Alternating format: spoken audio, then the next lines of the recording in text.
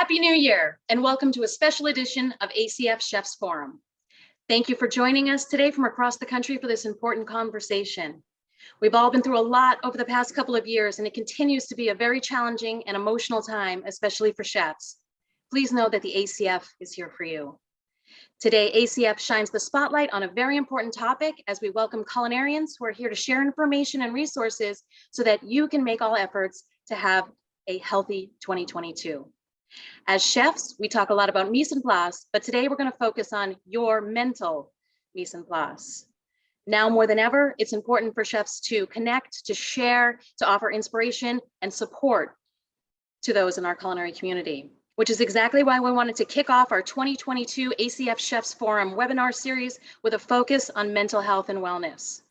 I'm Jackie Pressinger, ACF Director of Strategic Partnerships, and I am overjoyed to introduce my colleague, Chef Dina Altieri, CEC, CCE, ACF's new Director of Membership Development. Thank you, Jackie. Good afternoon, everyone. We have a panel of industry professionals with us today who will speak to the concepts of stress reduction tactics, resources for mental wellness, suicide prevention, and so much more. It's going to be a powerful conversation, and we are glad that you are here to share this time with us. Before we begin, as a note, we will be taking questions from you, the viewers, as we are able. Please use the chat function to share your thoughts with us and the other viewers, and use the Q&A function to pose questions to the chef panelists. To kick this conversation off, let's start off with a poll. We're also going to meet our panelists, so I am going to introduce them one by one. So let's start with Chef LJ. Please introduce yourself. Hi, thanks for having me today. I'm Chef LJ Klinkenberg. I am a director of school food, been working on school food reform for K-12 since 2011, and been a member of the ACF since the mid-90s. And Chef Susanne. I am Chef Susanne Grier. I am soon to be the former president of Greater Indianapolis ACF. I'm a high school culinary educator and also the chair of the Diversity and Inclusion Task Force with the ACF. Chef Melinda. Hi all, my name is Melinda Dorn. My pronouns are she, hers. I'm a woman in long-term recovery. I'm also an advocate and an ally for others in recovery, and a devoted sister and a lifelong learner. And had you asked me a few years ago, I'd have told you I'm an ACF CCC and CWPC, but don't tell the certification committee I've let my certs expire. I've worked in the industry in some capacity since 1990. To put that in perspective, that was the year that Gene's Addiction put out its first album. And today I'm a peer recovery specialist in Colorado and outreach coordinator for the service industry support group, Culinary Hospitality Outreach and Wellness, also known as CHOW. Thanks for having me. Chef German. Good afternoon, ladies and gentlemen, and Happy New Year from Boston. It's 12 degrees. I started my journey working at the Ritz-Carlton Hotel. That's where my mentors taught me how to become a professional chef. I am the founder and CEO of Glam Foods. I am a cancer survivor, a master chef in human and food engineering with health and wellness lifestyle skill. And finally, today's moderator, Chef Jeffrey, your intro. My name is Jeffrey Schlissel. I'm the president of the ACF down here in the Palm Beach Chefs Association in Palm Beach, Florida. I know you guys hate us right now. It's a whopping 72 degrees. We're expecting about a foot of sunshine. I want to first off thank everyone for joining us. I also want to thank the ACF for putting this on, because this is, again, a extremely powerful topic to be discussing. I also thought it was really just when you looked at it, it said Chobani, and I was like, oh, that's pretty cool. They're sponsoring not this particular, but they're a sponsor of the ACF. And I thought, you know, that's a great company. Here's a company that really cares as a CEO, doesn't take and reap all the rewards of what his front lines are doing. He gives back to the employees. And what that instills in the employee is just this wonderful thought of, my God, the company's with us, behind us, stands next to us. And that's great mental health. And that's where this is where it's all starting from. So we're going to talk about certain things and about maybe some journeys that we've all been on. What I want you to do as you're witnessing this is you look at the 5 of us. These are all the pictures of what mental health is. We're all normal. We're all human beings.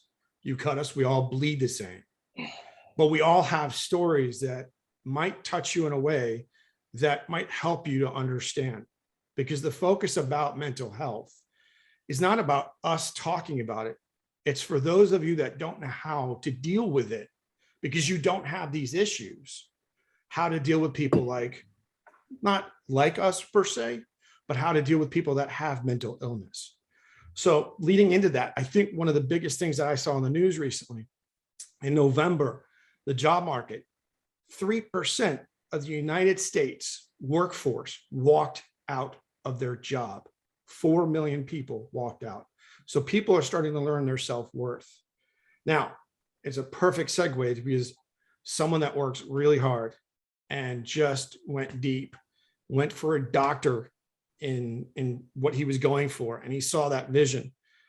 And Susanne, Chef Susanne and I witnessed this back in 2017 when the ACF did the Bourdain speech with Matthew Bifford doing his speech up there. And LJ, I would love for you to tell that story and your story. Thank you, Jeffrey. So, like many of us in the industry, I am type A personality. I add into it ADHD and dyslexia, which I add to this conversation because I believe that is something as mental health that we need to know that we have that going on and we're battling it. As Jeffrey said, a few years ago, a little over 4 years ago, I was ready to put together my dissertation for a PhD, and I was denied approval and eventually got kicked out of the program.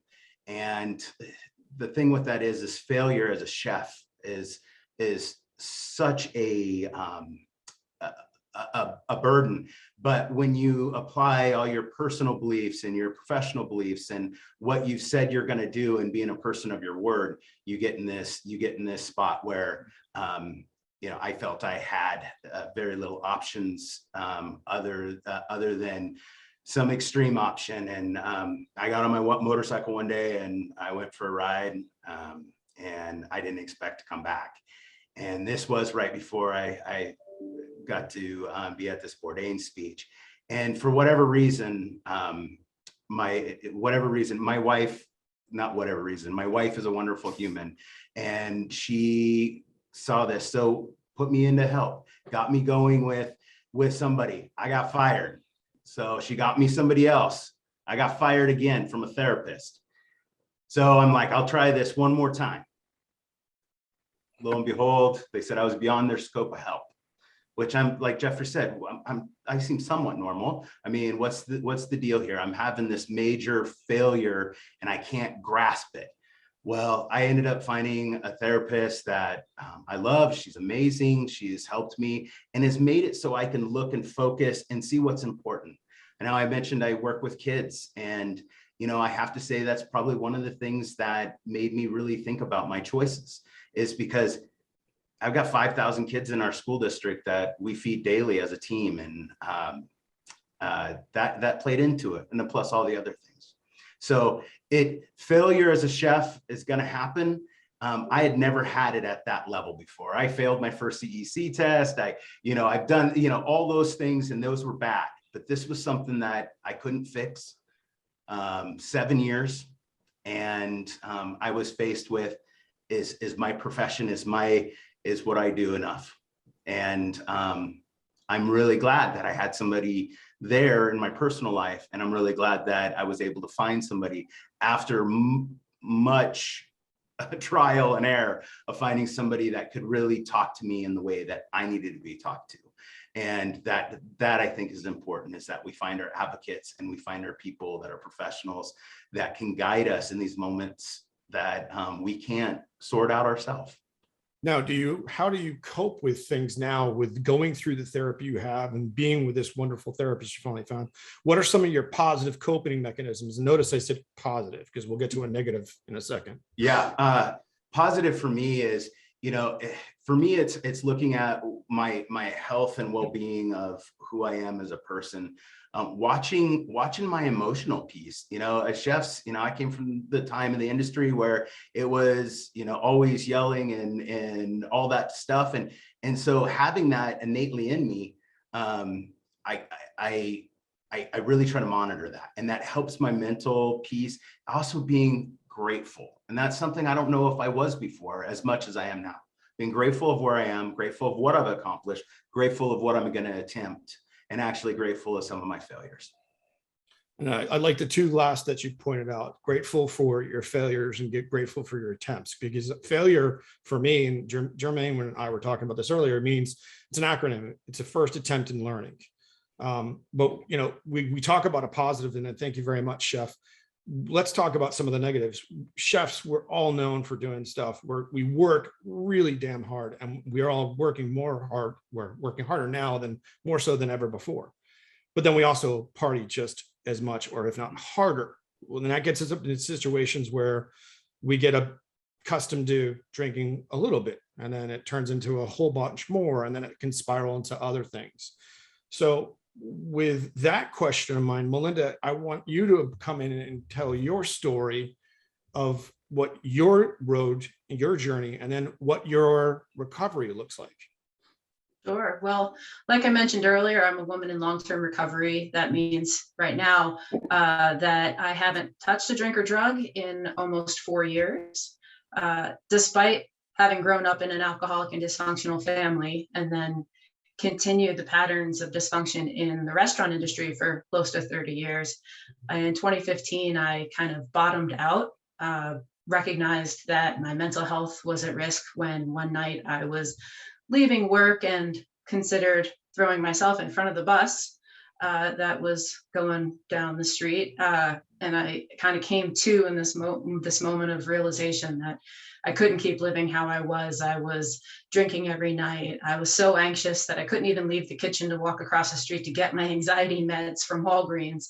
I was so depressed, but didn't recognize that like drinking alcohol as a depressant was making that worse. I was just, throwing away my body, throwing away my mind, my work addiction. If anybody hasn't ever seen the Virgin work addiction scale, I invite you to check it out. I could have checked off every box on that assessment, but I didn't know what else to do.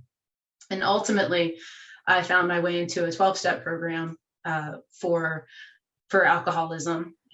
And what I've recognized since, in reflection, because you don't realize it sometimes when it's happening, that I had internalized all of the negative traits of the restaurant industry, the sense of urgency, the sense of scarcity. There's never enough, right? There's never enough butts in seats. There's never enough silverware for all the tables. There's never enough space when we walk in. Yeah. I had internalized all that. I had internalized the misogyny and the assaults and the things I was witnessing around me. But since identifying that, and again, LJ, I can't thank you enough for sharing what you did about how when you care enough about yourself and you want recovery and you want mental health enough, you don't stop looking, right? You don't, maybe the first therapist isn't the right match. Maybe the first recovery support group isn't the right match.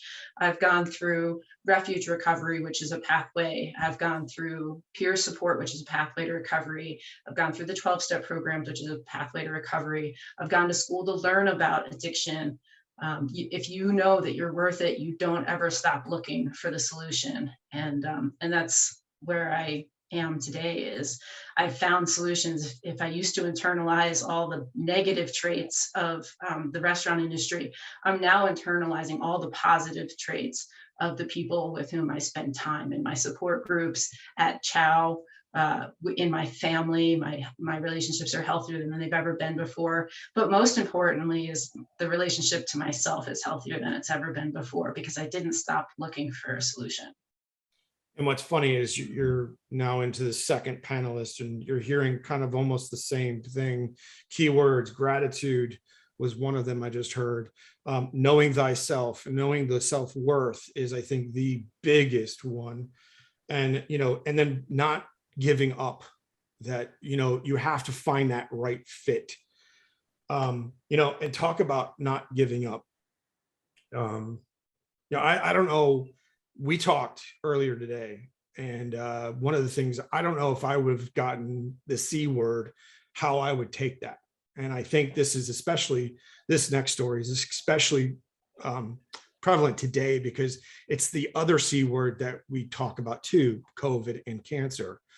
And Chef Jermaine, you have gone through so much, and you have such a positive outlook. Tell us your story, and then I've got a couple of follow-up questions as well. Well, first of all, I want to thank the ACF for giving me this platform to share my story and also learn from the guest panel. But I would say, as a chef, you have a sense, and I had this sense that something wasn't right, and I had nose cancer, and my team was Mass General Hospital in Boston, the best of the best. And if I wasn't an advocate of myself and saying, hey, what's wrong with me? Something's not right. It's like when you're making a dish and something goes south. My doctor said, well, if we didn't find this cancer, you would have had brain cancer. And that's something I know I would have like, holy crap. And also, I wrote a book about my journey on Amazon. It's called The Dragon Turns to Water, Chef German Lamb Fights Cancer with a Freestyle Lifestyle. But before I could fight, as a chef, working at the Ritz-Carlton Boston, I learned 7 pillars that right away that helped me create freestyle. The first one was respect, sanitation, safety, technique, methods, preparation, and the last one, of course, what Jackie said, mise en place. So I was able to take that and create freestyle, but then I added my martial arts, and Bruce Lee was one of my mentors growing up. So I had these skills that helped me fight this disease. And also, I lived a clean lifestyle. Far as eating was A+, then suddenly I got tagged and I got invaded with this big C word. So for me to fight this mental and health and wellness, every day when I went to my visits, the first question the person would ask me at the desk is, are you suicidal today? And I was like, what the? And I just blew up, and I was like, you crazy? No way. There's no way that I'm gonna let this fight dictate to who I am. So from that moment on, I was a dragon, then I became water. And that means become fluid in things that we cannot control. As you see my scene right here, you have the palm trees, you have the beautiful skies, you have the waves, you have the sand, and that is my medicine, nature. It's very powerful. And I learned how to rebuild myself with food and cooking because I had great mentors working at the Ritz-Carlton Boston Hotel. So to me, we need mentors. And if I didn't have mentors, I won't be successful as a chef at all. But then they gave me the skill, but then also I added the body, the mind, and spirit with food. So this is something that I created with my own style. So as chefs, we like to create signature items. We like to stand out. And this is how I approach mental darkness every day. I work out 7 days a week.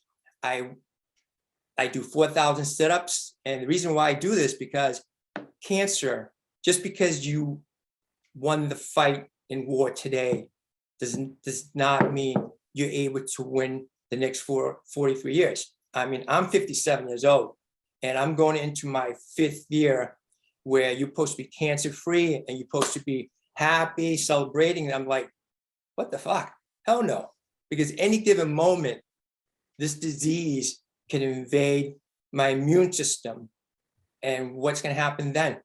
So I am the dragon warrior for a reason, because this is who I am and I enjoy it, And the thing is, you got to love yourself.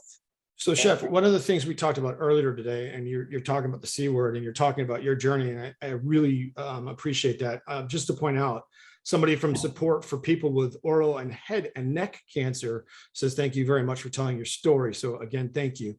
I wanted to make sure we pointed that out. But you mentioned mentor, which is another great piece that the other panelists have mentioned before. But you also just lost a mentor. And how did you lose that mentor? And what did you say to that mentor's wife? Well, Jeff, thank you for bringing that up. My friend and mentor, he passed away from cancer on Saturday. I got the call, but when he mentioned this to me a few years back that he got diagnosed, I said, okay, you were my mentor of teaching me how to become a professional chef. And I said to him, I'm going to be your mentor of teaching you how to fight to make sure you beat this disease. And this is something that I would call him every week. And, when I talked to his wife, I said, hey, you know what? I won't be here. His name is Dennis Dale. He's an amazing chef. 66 years old, really young, and to me, he is the second chef. The first chef was Roland Zukilis when I worked at the Chatham Bars Inn. He's an Australian chef, gold medal at the Culinary Olympics in Frankfurt, and he was mid-50s. And, so to me, there are two chefs in my journey that mentor me. So for me, I am blessed. So right now in my role, the food and being an executive chef is not a challenge to me anymore. Why? Because my challenges right now is to help chef create a healthy lifestyle with the body, mind, spirit, food. And I know addiction and changes, habit are very hard to change. I get it. But, when this doctor asked me this question, I said, well, my answer is do not wait for a disease or an injury or an addiction to take away what God gave you every morning for you to become successful in society. So that's something, if that doesn't change you, then I don't know what will. So one of the things that you said that, and I apologize, that what you said that also think it was LJ and Melinda referenced was gratitude. And showing gratitude. It's tough to be down if you're being grateful for something. And one of the people on the panel that I'm so grateful for being here, and it's going to go into the next topic, which again is another topic going on at home to my family, is death and how to cope with it, and anxiety and learning disabilities, which LJ mentioned as well. So Chef Susanne, tell us your story. Hey guys, welcome. Happy to be part of this panel. As a high school educator for the last 4 years, I've seen quite a bit of the mental health of my students. But one of the things I've discovered is sharing my own journey with my students, and it gives them a feeling that I am not alone. I love telling them, I hear you, I see you, you matter. And that's an overwhelming response that I feel many people need to hear is, I hear you, I see you, you matter. I openly share my journey quite a bit because sometimes people need that connection. So about 4 years ago, I got the call that my dad had fallen and wasn't doing well in Florida. So it's funny, I am the youngest of three. My oldest brother is a hospital chaplain. He's married to a nurse. My middle brother is a nurse practitioner. They send the chef down to Florida to take care of the sick kids, my parents. So long story short, they ended up passing away 31 days apart from each other, a month shy of their 50th wedding anniversary. And then 18 months later, I was part of my brother's care plan. He was listed for a double lung transplant. He had cystic fibrosis and he passed away December 26, 3 years ago at 47 years old. And that's a lot. That's a lot. So I got trapped in old behaviors. I am the definition of a high functioning depressive person. People look at me and there's no way you can be depressed. Well, it's called high functioning. I'm not showing you the underlying effects. You don't see that I'm going home and drinking myself until I fall asleep. You're not seeing myself binge eating at night because, you know, food's my friend, it's my homie, you know? So one of my secret blessings, which was a curse to a lot of people, was COVID. It made me stop. It made me slow down. It made me make major life decisions. I left my job at the Career Center. I was driving 40 miles each way. I got 10 hours of my life back. I have 2 autoimmune diseases. I have a daughter who's autistic. I got so much of my time back that allowed me to start focusing on me. I needed to heal me. Dealt with my grief, dealt with my feelings with food and alcohol. I've lost over 50 pounds. I'm much happier. I'm in a much better place. But the key thing is the phrase I love using: check yourself before you wreck yourself. And I'm happy that I found that within myself to check in and make those changes, positive changes to make a difference. I bring that into my classroom, and beginning of the school year, I had a student say to me, "Chef, you and my therapist are the only 2 people keeping me alive." What, how do you function after that? What do you think? How do you react to that? I get chills just now, but it's pretty profound. It's pretty profound. It's last year I was on 7 different, I call them suicide cases. I know there's a better term for it, but it's a document that students who are at risk have to fill out, and they have to list a trusted adult that they can turn to in the building. My first one, I was like, wow, that's pretty profound. And then I kept on getting them last year. And I was like, Jesus, take the wheel. This is a lot. That these young human beings are looking to me to help them stay here, to help them get the support, the need, and the love that they deserve so they can get the right help to help them do better for themselves. Yeah, and that's the most difficult thing to do is speaking in reference to mental health. And we did a poll at the beginning, and I want to go over the results real quick. We have like 99 to 100. It keeps on bouncing back and forth. And very comfortable is 32%. Somewhat comfortable is 46%, and not comfortable at all is 21%. One of the things I love about the ACF bringing it to the attention to us, the membership, is that they're not going to let this go away. And the more we talk about it, the more it's going to be easier for us to talk about. LJ, how did you go about telling your wife and your daughter, I have issues? Well, when you live with people, people know. I mean, if they're around, and as friends and loved ones, you pick up on stuff, and they knew that I was struggling. Like that had been mentioned, I was drinking and eating myself to happiness, which we know how that works.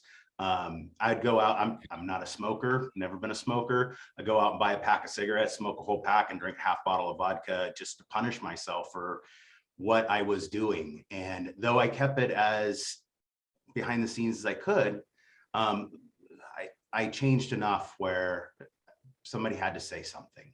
And thinking back, there was a lot of people that said some stuff, but it wasn't as clear as that moment where I was basically just like, I have to find somebody, or this is done. And if this doesn't work, then this ain't gonna work. Yeah, and one of the most profound moments of that whole situation when Susanne and I witnessed it is the way it came about. As soon as they made the announcement, and I think we were all done. Susanne, we both kind of just went, what just happened? What were your thoughts as you watched him and his wife interact about his, attempt? I had to unmute myself. It was a powerful moment because I had pretty much just met LJ and his family, and his wife, and I find it kind of interesting that it's almost easier to open up to people you don't know. And I consider that a gift, a blessing. In fact, the other day I came across a picture of all of us sitting at that very table of JC. I'll have to share it with you guys because it takes, you know how you have a moment in a time and a space and you look at a picture. To me, that was a very spiritual, profound moment. You know, kind of like a chef says, we break bread, we bring each other together. I mean, that's a pretty profound connection with me, with you, LJ, because that is my first recollection of really bonding with you and bonding with your wife. I mean, that is, to me, imprinted in my head for a lifelong friendship. And Me too. the best word is just profound. I mean, what other words can you express when someone opens up and shares such deep feelings and lets it go? Well, I think it goes, and I apologize, I think that goes with choices, right? We all have choices every day when we wake up. We have the choice to be, and Jermaine talked tonight, we talked about it earlier. We talked about you can have people around you and surround yourself with cancerous people, not the actual word of the disease, but people that basically treat you like garbage, or the positive ones. And it's a lot easier to be positive when you surround yourself with positive. So we have to change routines. We talked about recovery, Melinda, and we just talked about routines just now. What are some of the routines people can do? What is the first act? I mean, obviously you hit a low. Everyone has their different lows. What is the first act or first thing that someone should do if they have an addiction? Well, whether it's an addiction to chemicals or if it's an addiction to work or if it's an addiction to electronics, which is becoming more and more recognized in the clinical field, the first thing is accepting that something doesn't feel right, that there's a gap between where you are and where you'd like to be in your life and how you show up in your friends, families, workplaces, and things like that. And sometimes that takes some outside force. Susanne, I really appreciate the check yourself before you wreck yourself approach. At CHOW, we are in alliance with Mental Health America, which has a program called B4 Stage 4, which helps friends and family and coworkers recognize when somebody might be in need of help. And so I suggest everybody, if you can head over to Mental Health America and check that out, there'll be some additional tips and ways to ask that first question, like, are you okay? ... Really? Right? Because so often as we're going through our day, we're in black and white dynamics, right? All or nothing. I'm either fine or I'm pissed off. I'm either full of energy or I'm tired. And there's such a spectrum in between those extremes that are really where most people live.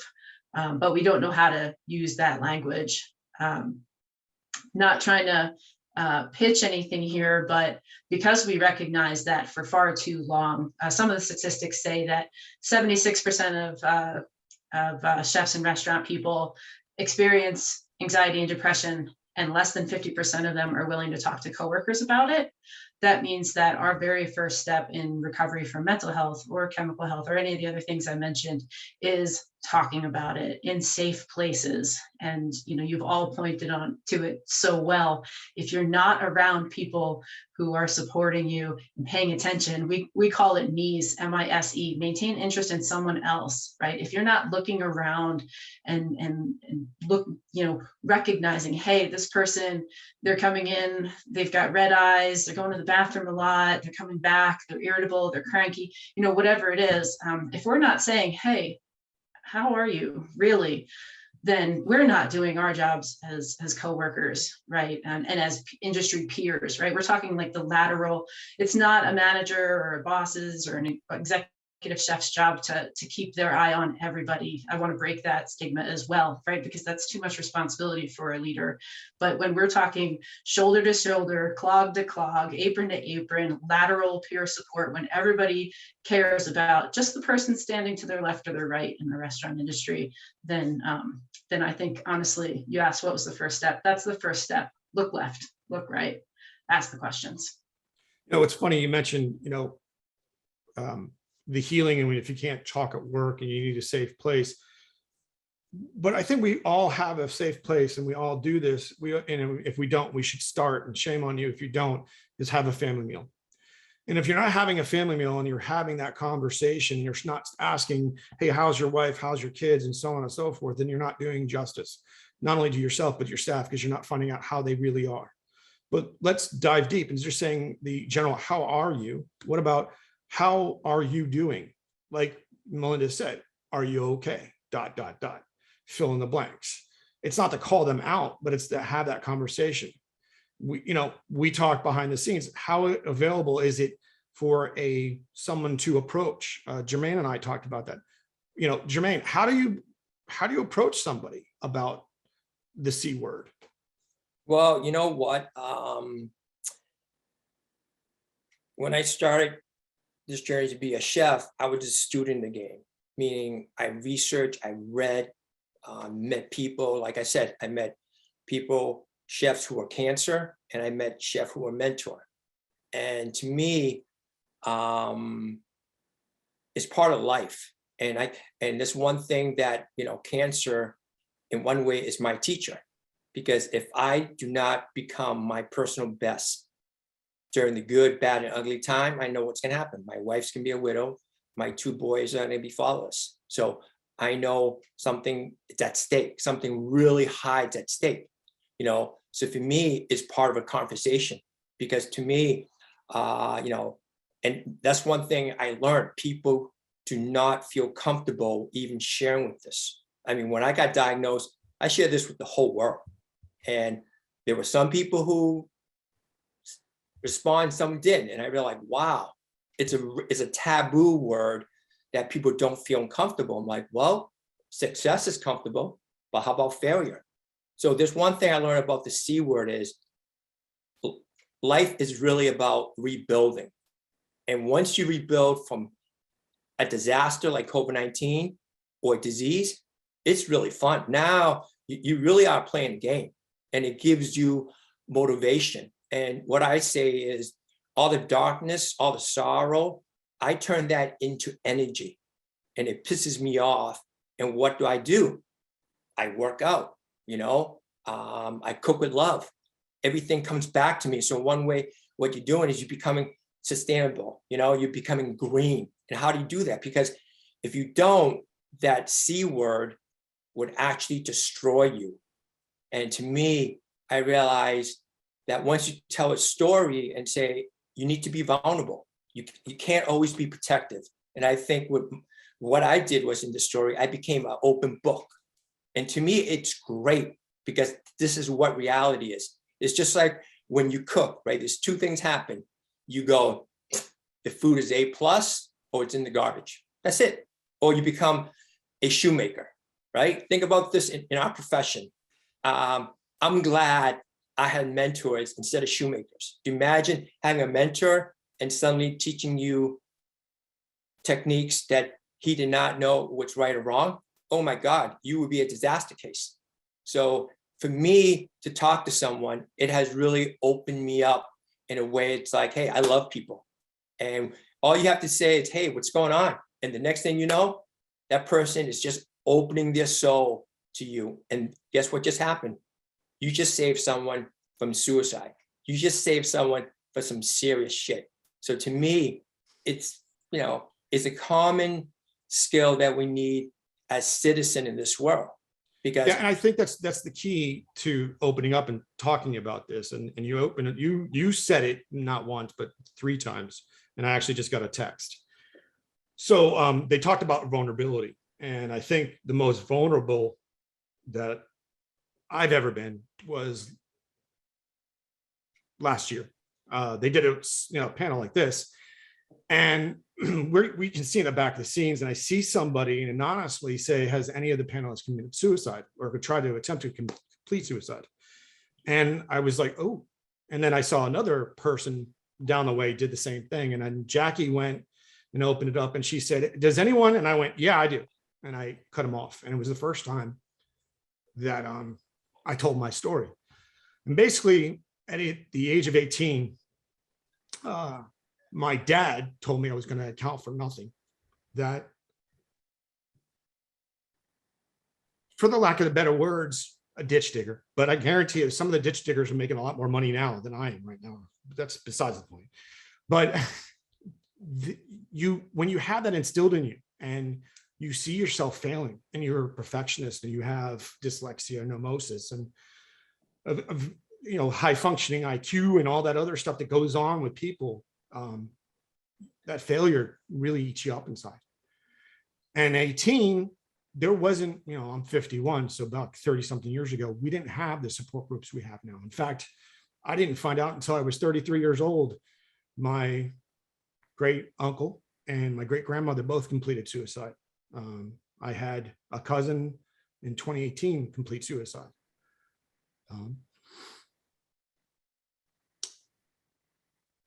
It's one of those.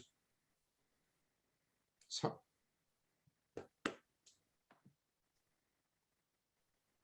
I don't get upset for talking about it.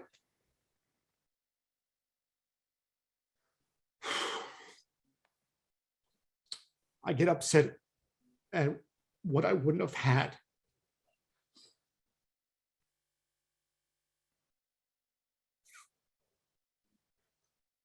The life I have now,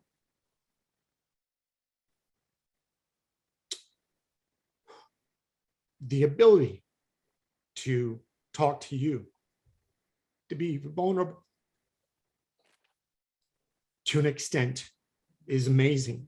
It's a breath of fresh air, believe it or not. I didn't talk for 30 years, even when my ex-father-in-law completed suicide. Maybe it's me. But my journey now is to talk about it as much as I can. Because just one life. And as Melinda pointed out, when I said that once, she said, it's not just one life, because that one life goes this way and goes like the old Vidal Sassoon. It goes from that person and that person and that and so on and so on. And that's what we're trying to do. We're trying to break this barrier down of the vulnerability of the society dictates to men. And I'm speaking to you because this is how it was told to me. We're not allowed to cry. We're not allowed to show emotion. Get your emotions off your shoulders. People don't need to see that. You don't need to talk about that. But yeah, we do. It's powerful because we can save other people's lives. In 2018, the same year that Bourdain completed suicide, I had 3 friends attempt. 3. I knew right then and there. Seeing LJ break down and hearing his story, I knew right then and there I needed to talk. And the more we talk about it, the more we bring it up, and the more we're approachable about it. If somebody asked, how do you approach your team? Talk, open up, make it easy for everyone to talk. Be a beacon by not even just mentioning mental health. You don't have to sit there and be a cheerleader for mental health. But if you carry them around the tattoo or a phoenix to be reborn from what your dead life was to the new life you live now, that is powerful enough to be that conduit, the one to be able to speak about it.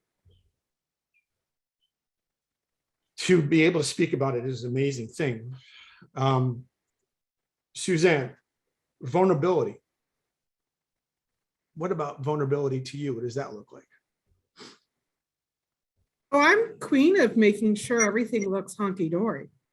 Everything's great in my life, but I have that ADHD brain that gets one little negative thought, and it's the hamster on the wheel, and it's gonna go, and she's gonna go, and that inner voice says, I'm nothing, I'm not good enough. You don't fit in this world, you're not talented enough. And those who know me are like, shut up.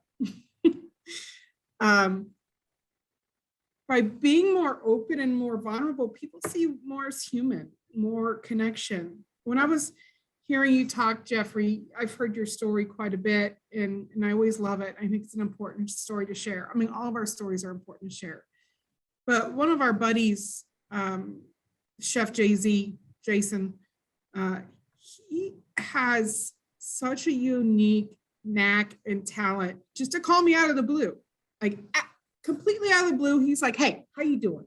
He's like, Now, be real with me. How are you really doing? Because I'll be like, oh, I'm fine. Everything's great. Meanwhile, you know, the kid's melting down. The dog's got the shits. I've got kids misbehaving at school. You know, it's just a cluster. It's really nice when I feel like I can be that open with someone, that I don't have to put on this image of Miss, chapter president, this teacher, this ideal of what I should be versus the reality of who I'm human. It's in being able to express my own human experience is very humanizing to people around you, where they feel like you are approachable. They can turn to you. They can talk to you. And I think the key thing is being able to speak with people where they know they're not going to be judged. That whole judgment-free zone. I have a lot of LGBTQ plus students who come talk to me about how their own parents don't accept them. And I'm like, okay, I'm your mom now. But when you feel safe and you feel like someone really like wants to be there for you, I think the key thing, a lot of people says, oh, I'm there for you. And then when you're actually reach out to them, you're like, oh, they're like, oh, I'm too busy. And you're like, oh, but I need you. I think it's special. And this is one thing I have found within my ACF community. I have truly found family. To me, ACF is far beyond, the excellence, the state culinary excellence that it is. To me, I have my tribe, I have my people, and I know I can pick up the phone and call Jeffrey. I can call LJ. I'd probably call your wife first, LJ, because she's pretty fantastic.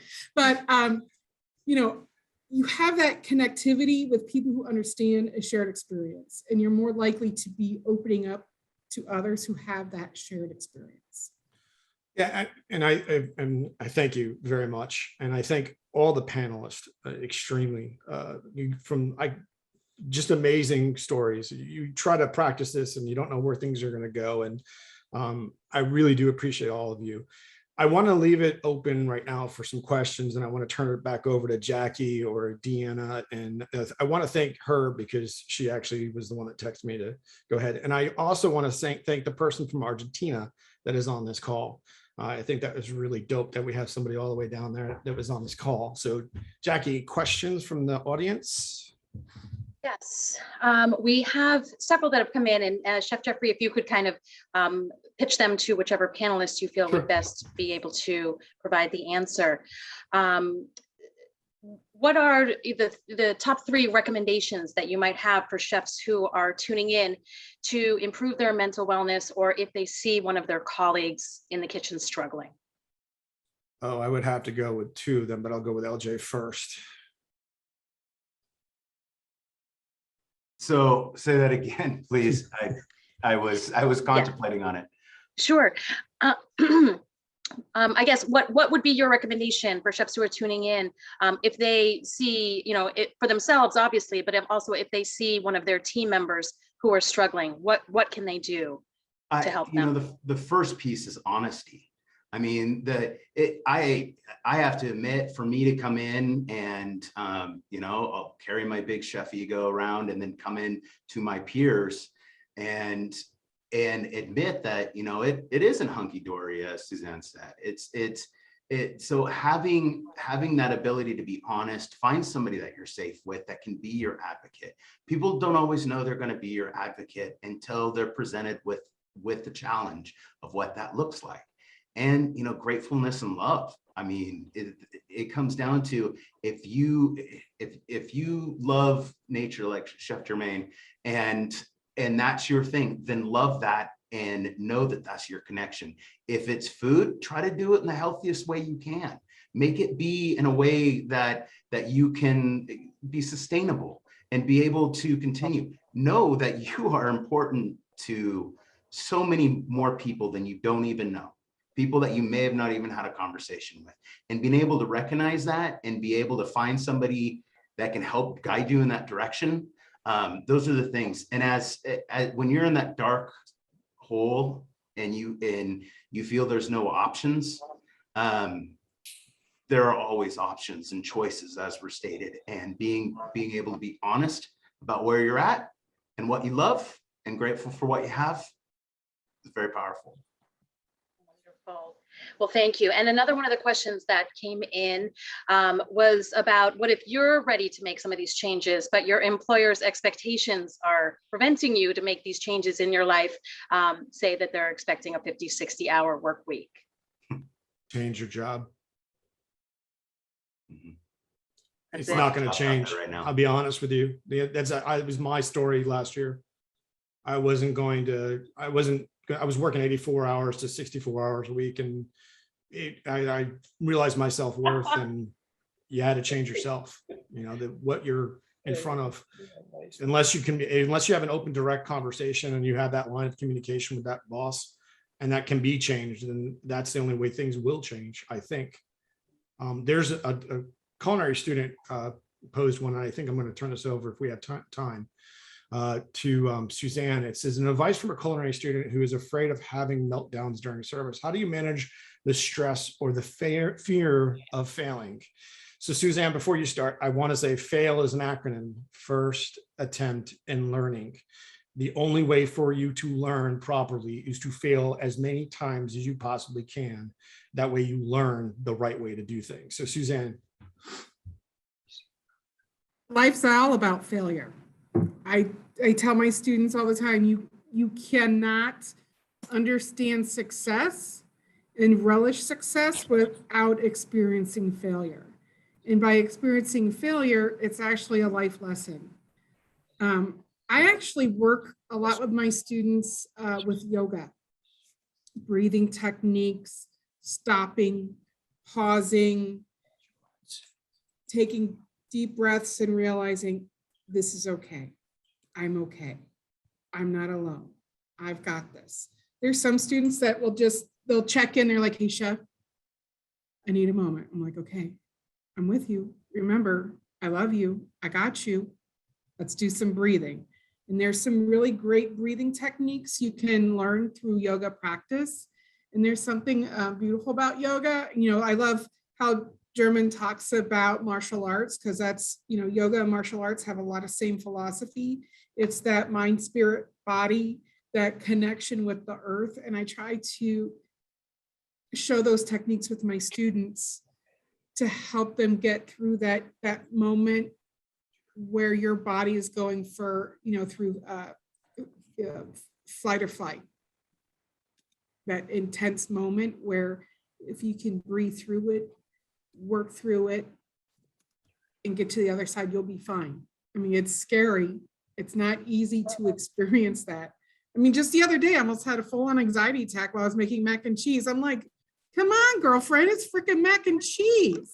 And I'm like, you know, the heart's racing, the fingers are getting, I'm like, girlfriend, what did I start doing? My breathing techniques. I calm myself down, because that's where my little anxiety attacks come in, is where I'm most at peace with myself. That's when the little demons come in. And I tell them, take a load off. Everyone's journey is different. Everyone's process of dealing with that is different. Try and try and try until you find the right thing that works for you. What works for me might not work for you, and that's okay. Great. I appreciate that. And I know we're at the 5-minute mark, and I'm going to turn it back over to Jackie. Panelists, thank you so much to everyone today. Thank you so much. I appreciate you. Thank you. Well, thank you. I mean, this has just been a very powerful conversation, and I really appreciate you all being here and sharing your candid thoughts and your very powerful and personal stories. Chef Susanne, Chef German, Chef LJ, Chef Melinda, and Chef Jeffrey, this has just been really wonderful. And I think it's really something that is going to help so many culinary professionals and culinary students that are tuning in or watching this recording. And I know that this conversation has touched many lives. The conversation will not end here. ACF is committed to continuing this conversation. And if you'd like to continue the conversation right now on mental health and wellness, please head over to the Chef's Table, the ACF's members online community. And please do share this recording with your team so that we can keep this conversation going. We hope that you'll join us for some upcoming webinars. You can head to wearechefs.com for more information, and please be on the lookout for more information about the upcoming ACF summits, kicking off March 10th with the Advanced Culinary Summit in Orlando. Registration's about to open, so you don't want to miss that one-day educational event for professionals. And of course, we hope that we'll see you, and I'm sure you'll see many of the panelists at ACF National Convention in Las Vegas, July 25th to 28th. On behalf of ACF National Office, thank you all for joining us today. We hope to see you real soon.